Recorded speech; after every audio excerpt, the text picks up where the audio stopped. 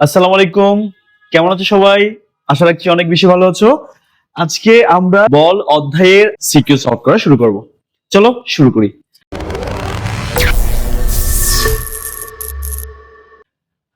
এখানে একটা প্রশ্ন দেখা যাচ্ছে, দুইটা বস্তু, প্রথম বস্তুর ভর হচ্ছে 950 কেজি, দ্বিতীয় বস্তুর ভর হচ্ছে 700 কেজি।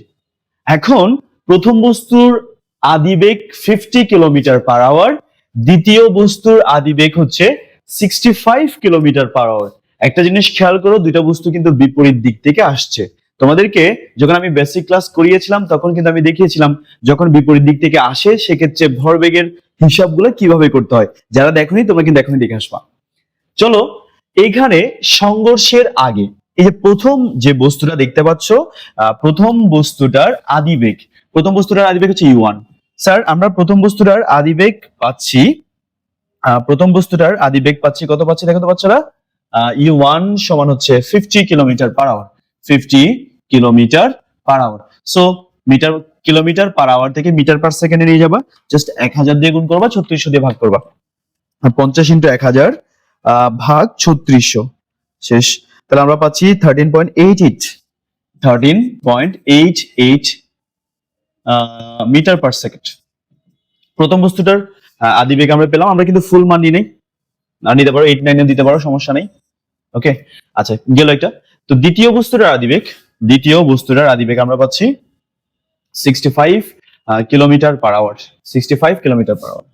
তো 65 কিলোমিটার পার আওয়ার কে 65 কিলোমিটার পার আওয়ার, সো এটাকে মিটার পার সেকেন্ড নিয়ে যাবা, 65 ইন্টু 1000 ভাগ 3600, অর্থাৎ এটা পাচ্ছেন 18.05 মিটার পার সেকেন্ড। সো আমরা দুইটা বস্তুর আদিবেগ পেলাম, প্রথম বস্তু এবং দ্বিতীয় বস্তুর আদিবেগ। তো এরা উল্টা দিক থেকে আসছে, বিপরীত সাইড থেকে আসছে, দেখছো? এটা এদিকে যাচ্ছে, এটা এদিকে যাচ্ছে, দুইটা বস্তু কিন্তু বিপরীত দিকে যাচ্ছে। তো যেহেতু দুইটা বস্তু বিপরীত দিকে যাচ্ছে, সেক্ষেত্রে আমরা আদি ভরবেগের সমষ্টি কত পাবো? দেখো আমরা জানি সংঘর্ষের আগের ভরবেগ আর সংঘর্ষের পরের ভরবেগ কিন্তু সমান থাকে। বলা হচ্ছে সংঘর্ষের পর বস্তুদ্বয় একই বেগে চলতে থাকে, দ্যাট মিনস এটা হচ্ছে মিলিত বেগ। আর আমি তোমাদেরকে মিলিত বেগের পেপারগুলো শিখিয়েছিলাম, m1 u1 plus m2 minus u2। Sir মাইনাসটা কেন দিয়েছি? কারণ হচ্ছে এটা উল্টা দিকে আসছে, একটাকে পজিটিভ ধরলে আরেকটাকে নেগেটিভ ধরতে হবে। আর এই ক্ষেত্রে আমরা লিখতে পারবো m1 plus m2 into v। তোমরা যদি চাও এটা এক্ষেত্রে কিলোমিটার পার আওয়ারে না নিতে, মিটার পার সেকেন্ডে না নিতে, তাও কিন্তু হয়ে যাবে। এখানে প্রথম যে বস্তুটা আছে সেটার ভর পাচ্ছি 50, সরি, প্রথম যে বস্তুটা দেখতে পাচ্ছ সেটার ভর হচ্ছে 950 কেজি, যে 950 কেজি। এরপর হচ্ছে আদিবেগ হচ্ছে 13.89 প্লাস m2, দ্বিতীয় যে বস্তুটা আছে সেটার ভর হচ্ছে 700 কেজি, ইন্টু মাইনাস দাও, দ্বিতীয় বস্তুটার আদিবেগ হচ্ছে 18.05 সমান হচ্ছে m1 প্লাস m2। তো প্রথম যে বস্তুটা দেখতে পাচ্ছ সেটার ভর হচ্ছে 950 কেজি, আর দ্বিতীয় যে বস্তুটা দেখতে পাচ্ছ তোমরা সেটার ভর 700 কেজি। এবার এটা হচ্ছে ভি। তো দেখতে পাচ্ছ এটাই হচ্ছে আমাদের মিলিত বেগ। তো এখানে কি পাচ্ছি আমরা একটু হিসাব করে ফেলি। আমরা পাচ্ছি 950 ইন্টু 13.89 মাইনাস 700 ইন্টু 18.05 ভাগ 950 থেকে 700 মাইনাস হবে, আমরা পাচ্ছি এখানে 2.242, অর্থাৎ ভি এর মান পাচ্ছি 2.242 মিটার পার সেকেন্ড। এটা হচ্ছে মিলিত বেগ। আর তোমরা চাইলে এটাকে কিলোমিটার পার আওয়ারে রাখতে পারো, তাতে কোনো অসুবিধা নেই। এটা হচ্ছে আমাদের মিলিত বেগ বা কম্পোনেন্ট ভেলোসিটি, এটা কিন্তু তোমাদেরকে শেখানো হয়েছে। চলো পরে যে প্রশ্নটা, উদ্দীপকের ক্ষেত্রে ভরবেগ ও গতিশক্তি কোনটি সংরক্ষিত থাকবে? তো তোমরা সবাই জানো সংরক্ষিত ভরবেগের সংরক্ষণশীলতা নীতি থেকে আমরা জানি m1 v1, m1 u1, m1 u1, m1 u1 plus m2 u2। এটা হচ্ছে আদি, এটা হচ্ছে আদি ভরবেগের সমষ্টি, আদি ভরবেগের সমষ্টি, আদি ভরবেগের সমষ্টি এটা, ঠিক আছে? এটা বের করবা। এরপরে তোমরা বের করবা শেষ ভরবেগের সমষ্টি, শেষ ভরবেগের সমষ্টি। আচ্ছা, তো শেষ ভরবেগের সমষ্টি কি হবে? m1v plus m2v। স্যার দেখো তো, সংঘর্ষের পর প্রথম বস্তুটা যে বেগ লাভ করেছে দ্বিতীয় বস্তুটাও কিন্তু সেম বেগ লাভ করেছে। সো শেষ ভরবেগের সমষ্টি তোমরা বের করতে পারবে। এই দুটো অবশ্যই সমান আসবে, এই দুটো অবশ্যই সমান আসবে। তার মানে উদ্দীপকের ক্ষেত্রে ভরবেগ সংরক্ষণশীলতা নীতি মানবে। কিন্তু আরেকটা যে ব্যাপারটা আছে সেটা হচ্ছে কি, আরেক যে পয়েন্ট আছে সেটা হচ্ছে গতিশক্তি সংরক্ষিত থাকবে কিনা। সো গতিশক্তি সংরক্ষিত থাকবে কিনা, এবার সে গতিশক্তির জন্য যদি তুমি হিসাব করো তাহলে আদি গতিশক্তি, এই যে আদি গতিশক্তি ই কে আই দিচ্ছে, মানে ইনিশিয়াল। তো সেক্ষেত্রে প্রথমটার আদি গতিশক্তি হবে half m1 u1 square. Sir তোমরা দেখেছো এইখানে u1 এর মানও বের করা হয়েছে, u2 এর মানও বের করা হয়েছে। এটা হচ্ছে m1 এর ভর, এটা হচ্ছে m2 এর ভর, সবকিছু জানা আছে। সো এটা ইজিলি করা যাবে। তো প্রথমটার গতিশক্তি যোগ দ্বিতীয়টার গতিশক্তি হাফ m2 u2 স্কয়ার, মানগুলো বসায় দাও কত আসে দেখো। আর এরপর হচ্ছে ইকেএফ, ফাইনাল গতিশক্তি আর কি, ফাইনাল কাইনেটিক এনার্জি। এই ক্ষেত্রে কি হবে, এটা আমরা লিখতে পারবো হাফ m1 v স্কয়ার, কারণ দুইটাই সেম বেগ লাভ করেছে, হাফ m2 v স্কয়ার। ব্যাস, এখানে v এর মান হচ্ছে এটা, তোমরা দেখছো এই মিলিত বেগটাই হচ্ছে v এর মান। তোমরা চেষ্টা করবে সবগুলো মান একসাথে নেওয়ার জন্য, আমি তো অল্প নিয়েছি, সবগুলো একসাথে নেওয়ার চেষ্টা করবা। এই ক্ষেত্রে আমরা শেষ গতিশক্তি পাবো। তো আদি গতিশক্তি আর শেষ গতিশক্তি সমান কিনা দেখবা। যদি সমান থাকে তাহলে গতিশক্তির নিত্যতা মেনে চলছে, আর এই দুটা সমান থাকলে ভরবেগের নিত্যতা মেনে চলছে। এই আমি ইকুয়েশন আকারে লিখে দিয়েছি, তোমরা মানগুলো ইনপুট দাও, ম্যাথটা হয়ে যাবে। চলো এবার আমরা পরের যে প্রশ্নটা আছে সেটাতে একটু দেখবো। আমাদের যে পরের প্রশ্নটা আছে সেখানে কি বলছে, 58.8 নিউটন ওজনের একটি বস্তুকে 2 নিউটন ঘর্ষণ বল যুক্ত কোনো মেঝেতে 10 সেকেন্ড যাবত বল প্রয়োগ করে 50 মিটার দূরত্বে নেওয়া হলো। এরপর বল সরিয়ে নেওয়ায় ঘর্ষণ বলের কারণে কিছুক্ষণ পর বস্তুটি থেমে গেল। স্যার এখানে যে আমার যে প্রশ্নটা বলা হচ্ছে, প্রশ্নটা একটু বোঝার চেষ্টা করব। স্যার এখানে একটা বস্তু আছে, বস্তুটা মনে করে এই বিন্দুতে আছে। এখন এই বস্তুটার উপর আমি একটা বল প্রয়োগ করেছি, এই যে F পরিমাণ বল প্রয়োগ করেছি। যে বলটা আমি প্রয়োগ করেছি সেটা কিন্তু আমার এটাকে আমরা বলবো প্রযুক্ত বল। আচ্ছা, বলটা কত আমরা জানি না। এরপরে বস্তুটা এ থেকে বিতে আসছে, তো মনে করো এ থেকে বিতে আসতে বস্তুটার সময় লেগেছে 10 সেকেন্ড, এটাই বলা হচ্ছে। তবে এটার উপর একটা ঘর্ষণ বল কাজ করছে, এখানে এটার উপর যে ঘর্ষণ বলটা কাজ করছে সেটা হচ্ছে 2 নিউটন, এটাকে আমরা স্মল লেটারে F দ্বারা প্রকাশ করছি। এটা কিন্তু 10 সেকেন্ড পর বস্তুটা এ থেকে বিতে আসছে এবং বিতে আসতে সে 50 মিটার দূরত্ব অতিক্রম করছে। প্রশ্নে বলা হচ্ছে এই যে আমি বলটা প্রয়োগ করছি না, এটার কারণে বস্তুটা এ থেকে বিতে আসছে, তো এ থেকে বিতে আসতে বস্তুটার সময় লেগেছে 10 সেকেন্ড এবং এ থেকে বিতে আসতে বস্তুটা যে দূরত্বটা অতিক্রম করেছে সেটা হচ্ছে 50 মিটার। এবার আমার প্রশ্ন হচ্ছে, যখন এতটুকু আসার পর কি হলো, আমরা আর বল প্রয়োগ করলাম না, এটা এরপরে বস্তুটা বল যেহেতু প্রয়োগ করি নাই তাহলে বস্তুটা আস্তে আস্তে কি করবে, থেমে যাবে। আসলে বল প্রয়োগ আমি এটা বন্ধ করলে কি হবে, এটার উপর কিন্তু ঘর্ষণ বল কাজ করছে। ঘর্ষণ বল কাজ করার কারণে ঘর্ষণ বল তাকে আস্তে আস্তে তার গতিকে বাধা দিবে, বাধা দিতে দিতে একটা সময় এসে বস্তুটা থেমে যাবে। মনে করো এখানে এসে বস্তুটা কি হয়ে গেল, শূন্য হয়ে গেল, মানে শেষ বেগ শূন্য হয়ে গেল, মানে এখানে এসে থেমে গেল। এই হচ্ছে আমার মোটামুটি স্টেমটা। এবার আমার প্রশ্ন হচ্ছে, উদ্দীপকের বস্তুর উপর প্রযুক্ত বলের মান নির্ণয় করো। উদ্দীপকের যে বস্তুটা আছে তার উপর আমি কতটা বল প্রয়োগ করেছি, এই বলটা সেটা আমরা বের করব। স্যার তার মানে এই যে বস্তুটা এখানে যখন ছিল তার আদিবেগ নিশ্চয়ই 0 ছিল, কিন্তু এখানে আসার পর সে একটা বেগ লাভ করেছে, বেগটা কত আমরা জানি না, সেটা বের করব। এই যে বস্তুটা এখান থেকে এখানে আসছে, এখানে আদিবেগ 0 ছিল, এখানে আসার পর আদিবেগ v1 হয়েছে, তুমি দেখতে পাচ্ছ বেগের পরিবর্তন হয়েছে। স্যার এই যে বেগের পরিবর্তন যেহেতু হয়েছে, এখানে অবশ্যই একটা ত্বরণ হয়েছে। এখানে যেহেতু ত্বরণটা হয়েছে, এই ত্বরণটা আসলে কার জন্য হয়েছে, প্রযুক্ত বলের জন্য? নো, প্রযুক্ত বলের জন্য হয় নাই। এই প্রযুক্ত বল থেকে ঘর্ষণ বল, এই যে প্রযুক্ত বল থেকে ঘর্ষণ বল মাইনাস করার পর যে কার্যকর বলটা আমরা পাই, সেটার জন্যই বস্তুটাতে ত্বরণ সৃষ্টি হয় তথা বস্তুটার বেগের পরিবর্তন ঘটে। এখন আমি দেখব বস্তুটা যখন এ থেকে বিতে আসছে তার আসলে বেগের পরিবর্তনটা কত ঘটেছে, তার ত্বরণটা কত হয়েছে, মানে এ থেকে বি এর মধ্যে ত্বরণটা কত হয়েছে এটা বের করতে হবে। এটা যদি বের করতে পারো তুমি অবশ্যই এটার উপর যে ক্রিয়াশীল কার্যকর বল, প্রযুক্ত না, এই যে কার্যকর বলটা যার কারণে ত্বরণ সৃষ্টি হচ্ছে, বেগের পরিবর্তন হচ্ছে, সেটা বের করতে পারবা। তো এগুলা করার আগে প্রথম যে কাজটা করতে হবে, যেহেতু বস্তুটার ওজন দেওয়া আছে, এখান থেকে তুমি খুব ইজিলি বস্তুটার ভর বের করতে পারবে। আমরা জানি W = mg, তো mg যদি হয় m সমান হচ্ছে W/g, দ্যাট ইজ W এর মান হচ্ছে 58.8 আর g এর মান হচ্ছে 9.8। সো তুমি এখান থেকে বস্তুটার ওজন ভরটা বের করতে পারবা, 58.8 ভাগ 9.8 তুমি এই বস্তুটার ভর পেয়েছো 6 কেজি। অর্থাৎ তুমি যে বস্তুটা নিয়ে এতক্ষণ কাজ করছো তার ভর হচ্ছে 6 কেজি।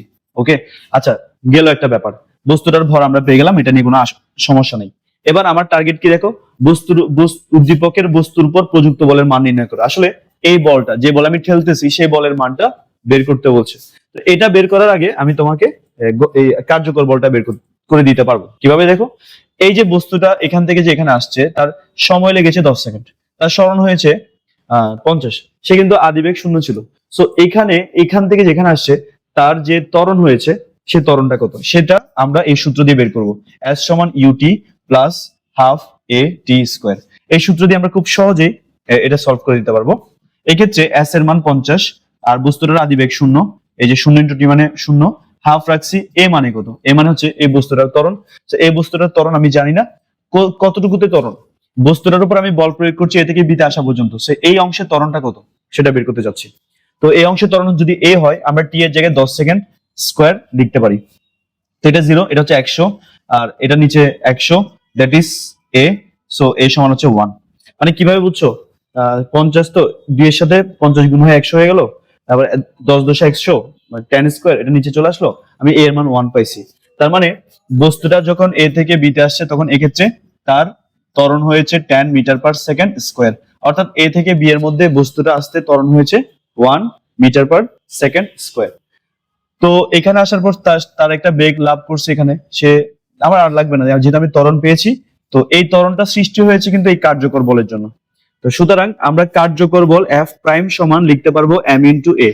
M এর মান 6 কেজি বস্তুটার, আর A এর মান হচ্ছে 1, দ্যাট ইজ 6 নিউটন। অর্থাৎ এটা হচ্ছে কার্যকর বল, এই বস্তুটার কার্যকর বল হচ্ছে F প্রাইম সমান হচ্ছে 6 নিউটন। এটা কি ঠিক আছে? নিশ্চয়ই এটা ঠিক আছে, অসুবিধা নাই। গেল এবার কার্যকর বল পাইছি আমি 6 নিউটন। তো সুতরাং প্রযুক্ত বল সমান কত, প্রযুক্ত বল, এই যে প্রযুক্ত বল F সমান এই কার্যকর বল, মানে এই F, দেখো F রাখলে এই F টা এদিকে চলে যাবে, অর্থাৎ F সমান F prime plus small f। তো F প্রাইম মানে 6, আর স্মল f তুমি যেটা পাচ্ছ সেটা হচ্ছে ওই যে ঘর্ষণ বল 2 নিউটন, যেটা উল্টা দিকে কাজ করে, দ্যাট ইজ 8 নিউটন। অর্থাৎ তুমি যে বলটা প্রয়োগ করছো, এই যে বস্তুটা যে 50 মিটার যে গেল এখানে আসছে, সেই ক্ষেত্রে ওই বস্তুটার উপর আমি যে বলটা প্রয়োগ করলাম সেটা হচ্ছে তোমার 8 নিউটন। কিন্তু এখান থেকে 2 নিউটন ঘর্ষণ হিসেবে বাদ গেল, বাকি 6 নিউটন দিয়ে বস্তুটার উপর ত্বরণ সৃষ্টি হয়েছে। এটা নিশ্চয়ই তোমরা বুঝতে পারছো। চলো এরপরের প্রশ্নটা কি বলছে, বলছে বল সরিয়ে নেওয়ার পর কত দূরত্বে বস্তুটি থেমে গেছিল। স্যার দেখো, এই জায়গায় আমি বলটা প্রয়োগ করলাম, এখান থেকে বলটা প্রয়োগ করেছি। যখন বলটা প্রয়োগ করলাম, করার শুরুতে তার আদিবেগ কিন্তু 0 ছিল। 10 সেকেন্ড পর বস্তুটা এখানে আসছে, এখানে আসার পর সে একটা বেগ লাভ করেছে। সো এখানে 50 মিটার সরণ ঘটেছে তার এ বিন্দু থেকে বি বিন্দুতে আসতে, যেটা আমরা তখন দেখলাম। এ থেকে বিতে আসতে 50 মিটার সরে 10 সেকেন্ড লাগছিল সরে আসতে। এখানে একটা ত্বরণ পেয়েছি, সেটা হচ্ছে 1 মিটার পার সেকেন্ড স্কোয়ার। আচ্ছা, পেলাম। এখন প্রশ্ন হচ্ছে, এই যে বস্তুটা এখানে আসার পর আমি কিন্তু বল আর প্রয়োগ করছি না, এই যে আমি যে বলটা প্রয়োগ করলাম এতক্ষণ সেটা আর প্রয়োগ করছি না। এখন তার উপর কিন্তু একটা বল অলরেডি ক্রিয়াশীল, সেটা হচ্ছে ঘর্ষণ বল। ঘর্ষণ বল কিন্তু 2 নিউটন উল্টা দিকে কাজ করছে, দ্যাট ইজ সে এখানে আসার পর যদি আমি বল প্রয়োগ নাও করি, এই বলটা যদি প্রয়োগ নাও করি, সে আরো কিছু দূর যাবে, যেহেতু তার একটা বেগ আছে। যেতে যেতে মনে করো সে এক্স পরিমাণ গেল, কতটুকু গেল, এক্স পরিমাণ আসার পর তার বেগ আস্তে করে 0 হয়ে যাবে। তো যদি 0 হয়ে যায় তখনই সে থেমে যাবে। তো এই শূন্যটা করছে কে, এই বল। তো নিশ্চয়ই এটার কারণে এই বস্তুটাতে একটা বাধাদানকারী বল, যেহেতু এটা, তাই এই বস্তুটাতে একটা মন্দনের সৃষ্টি হবে। এই বস্তুটার কারণে, এই বলটার কারণে, এই ঘর্ষণের কারণে এই বস্তুটার মধ্যে একটা মন্দনের সৃষ্টি হবে। তো এই যে মন্দনটা আমি সৃষ্টি করতে যাব, দেখো খেয়াল করে এই মন্দনটা কত হবে। দেখো এই বস্তুটার ভর কত, এই বস্তুটার ভর হচ্ছে 6 কেজি, যেটা আমরা কিছুক্ষণ আগে দেখলাম। তো এই বলের কারণে এই বস্তু, যেহেতু এখন আমি এই বলটা প্রয়োগ করছি না, এই বলটা আমি আর প্রয়োগ করছি না, সো এইখানে আসার পর এই বস্তুটার উপর একমাত্র ক্রিয়াশীল বল হচ্ছে এই ঘর্ষণ বলটা। এই ঘর্ষণ বলের জন্য বস্তুটাতে একটা বাধার সৃষ্টি হচ্ছে, যেটা বাধাদানকারী বল, আর এটার কারণে বস্তুটাতে একটা মন্দন সৃষ্টি হবে, যেটার নাম দিচ্ছি আমি এ প্রাইম। তো এই ক্ষেত্রে আমরা এফ সমান লিখতে পারবো এম ইন্টু এ প্রাইম। সো এ প্রাইম হচ্ছে মন্দন কিন্তু, স্মল এফ বাই এম। তো এখানে স্মল এফ এর মান হচ্ছে 2 নিউটন, এম এর মান হচ্ছে 6। তো এখানে আমি পাচ্ছি 1/3। স্যার এটা হচ্ছে মন্দন, এটা হচ্ছে মন্দন কোন অংশে, যখন আমি বল প্রয়োগ করা বন্ধ করে দিয়েছি এই অংশে। এই অংশের বেগটা কত, এখানে আসার পর তার বেগটা কত হয়েছে সেটা একটু দেখি। সো এখানে আসার পর মানে এখান থেকে এখানে আসার পর যেটা শেষ বেগ এই অংশের জন্য এটা আদি বেগ। তো এক্ষেত্রে আমরা লিখতে পারবো v1 সমান হচ্ছে u plus a into T. তুমি দেখো এখান থেকে এখানে যখন আসছে এটা হচ্ছে আদি বেগ, এটা হচ্ছে শেষ বেগ, এখানে সময় লেগেছে 10 সেকেন্ড। তো এখানে ত্বরণ হয়েছে a সমান 1। তো শেষ বেগ যদি আমি বের করি আদি বেগ 0, যেহেতু এখান থেকে শুরু হচ্ছে আদি বেগ 0, আর এখানে a এর মান 1 লিখতে পারবো, t এর মান 10 লিখতে পারবো। দ্যাট ইজ v1 সমান হচ্ছে 10 মিটার পার সেকেন্ড। অর্থাৎ বস্তুটা জাস্ট a থেকে যখন b তে আসছে তখন তার বেগ হয়ে গেল 10 মিটার পার সেকেন্ড। তো এই যে এখান থেকে যখন বস্তুটা এই জায়গায় আসছে, মনে করো সিট আসছে, এই ঘর্ষণ বল যেহেতু কন্টিনিউয়াসলি এটার উপর প্রয়োগ করছে তার বেগ ধীরে ধীরে কমবে, একটা সময় এসে এখানে তার বেগটা কি হয়ে যাবে, শূন্য হয়ে যাবে। যখন এখান থেকে এখানে এসে তার বেগটা শূন্য হবে, এখানে একটা কি তৈরি হবে, মন্দনের সৃষ্টি হবে। এই মন্দনটা আমরা ধরলাম এ প্রাইম, আর এই প্রাইমটা হচ্ছে এটা। চলো এখান থেকে এখানে আসতে তার কি লাগছে, বস্তুটি কত দূরে গেল, মানে আমি এক্স এর মানটা বের করব। তো এই ক্ষেত্রে আমরা যদি দ্বিতীয় ক্ষেত্রে বের করি, আমরা যদি বের করি সরণ x ইকুয়ালস টু ইউটি, এখানে ইউ মানে এই অংশের জন্য ইউ মানে হচ্ছে v1 t প্রাইম দাও প্লাস হাফ a প্রাইম আর t prime square, a prime t prime square আমরা পেলাম। তো এবার তোমরা যদি ভালো করে দেখো x v1 এর মান কিন্তু আমরা পাচ্ছি 10, কত দূর থামবে, তো আমরা এটা ইউজ করব না, যেহেতু কত দূর থামবে এটা ইউজ করার কোনো দরকার নাই। আমরা ডিরেক্ট এই সূত্র ইউজ করব, শেষ বেগ স্কয়ার সমান আদি বেগ square plus 2 into a into a prime into x। আচ্ছা v1 মানে এখান থেকে যখন এখানে আসছে, যেহেতু বস্তুটা থেমে যাচ্ছে, তার শেষ বেগ 0, আদি বেগ হচ্ছে এটা, যেটা আমরা 10 পেয়েছি এখানে। তো এখানে শেষ বেগ যদি 0 হয়, আদি বেগ যেহেতু 10 square minus 2 into a prime মানে হচ্ছে 1/3 আর x মানে সরণ, এই সরণটা আমি বের করতে চাইছি। এবার আমি উপরে এগুলো একটু মুছে দিই, এগুলো তোমরা বুঝেছো। এবার দেখো আমরা এখানে যেটা লিখতে পারি সেটা হচ্ছে 2/3 x সমান হচ্ছে 100, আর x সমান হচ্ছে 100 ইন্টু 3/2, দ্যাট ইজ x সমান হচ্ছে 150 মিটার। অর্থাৎ বস্তুটা এখানে আসার পর 50 মিটার আসার পর, যেহেতু আমি বল বন্ধ করে দিয়েছি, তার একটা বেগ আছে যে বেগটা 10 মিটার পার সেকেন্ড, তার উপর যেহেতু একটা ঘর্ষণ বল কাজ করছে, এটা কোনো না কোনো সময় থামবে। তো আমি মনে করলাম এখান থেকে x দূরত্ব অতিক্রম করার পর সে থেমে গেল, আর এই x এর মান আমি পেয়েছি 150 মিটার। অর্থাৎ আমি বল প্রয়োগ করা বন্ধ করার পরেও সে 150 মিটার দূরে গিয়ে থামবে। চলো আমরা আরেকটা প্রশ্ন দেখি। এখানে বলা হচ্ছে একটা কপি কল দেওয়া আছে, ওয়াও সুইট একটা প্রশ্ন।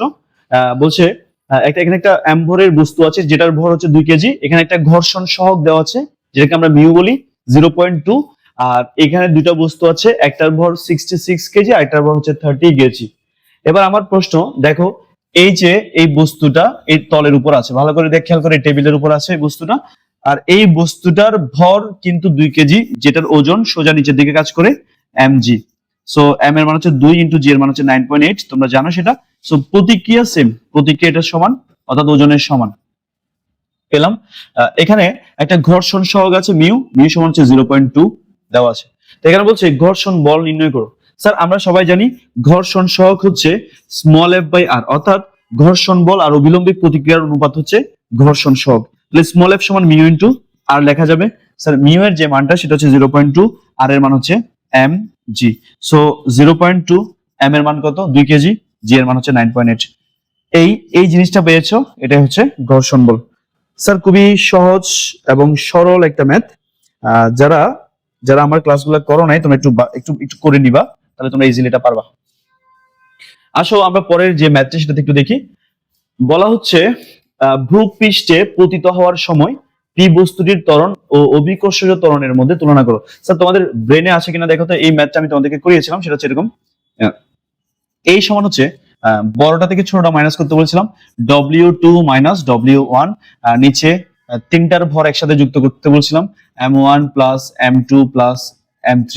নিশ্চয়ই তোমাদের এটা মনে আছে, এটাই ত্বরণ। সো বড়টার ভর কত 66 ইন্টু 9.8 মাইনাস W1 ছোটটার ভর 30 ইন্টু 9.8, মানে ওজন আর কি। আর M1 হচ্ছে প্রথমটার ভর 66, দ্বিতীয়টার ভর হচ্ছে 30 আর তৃতীয়টার ভর হচ্ছে 2 কেজি। তো এখানে বলা হচ্ছে ভূপৃষ্ঠে পতিত হওয়ার সময় বস্তুটির ত্বরণ ও অভিকর্ষজ ত্বরণের মান নির্ণয় করো। তো এটা হচ্ছে বস্তুটির ত্বরণ। স্বাভাবিকভাবে এই বস্তুটা যে ত্বরণের নিচে নামবে এটা একই ত্বরণের সামনের দিকে আসবে, এটা একই ত্বরণের উপর দিকে উঠবে। এটা আমি তোমাদেরকে থিওরিতে খুব সুন্দর করে বুঝাই দিয়েছিলাম। যারা কপি কলের পার্টটা পাও নাই, পড়ো নাই, তোমরা কপি কল নিয়ে আলাদা একটা লেকচার আছে, ওটা অবশ্যই দেখবা, দেখবে এগুলো খুব ইজি লাগছে তোমার কাছে। তো এক্ষেত্রে 66 ইন্টু 9.8 মাইনাস মাইনাস 30 ইন্টু 9.8, তোমরা কমন নিয়ে করতে পারো, ভাগ 66 প্লাস 30 প্লাস 2। ওকে, আমার ক্যালকুলেটর একটু ডিস্টার্ব দিচ্ছে হয়তো অনেক সময়, মানে ভুল টুল আসতে পারে, সেটা নিয়ে সমস্যা নেই। তো এটা হচ্ছে আসলে এই বস্তুটা এই ত্বরণের নিচের দিকে নামছে, এই বস্তুটা এই ত্বরণের উপরের দিকে উঠছে। হ্যাঁ, আর অভিকর্ষজ ত্বরণ তো 9.8, তুলনা বুঝতে পারছো তো? তো 9.8 থেকে 3.6 বাদ দাও, এত পার্থক্য হবে। এই আশা করছি তোমরা বুঝতে পারছো।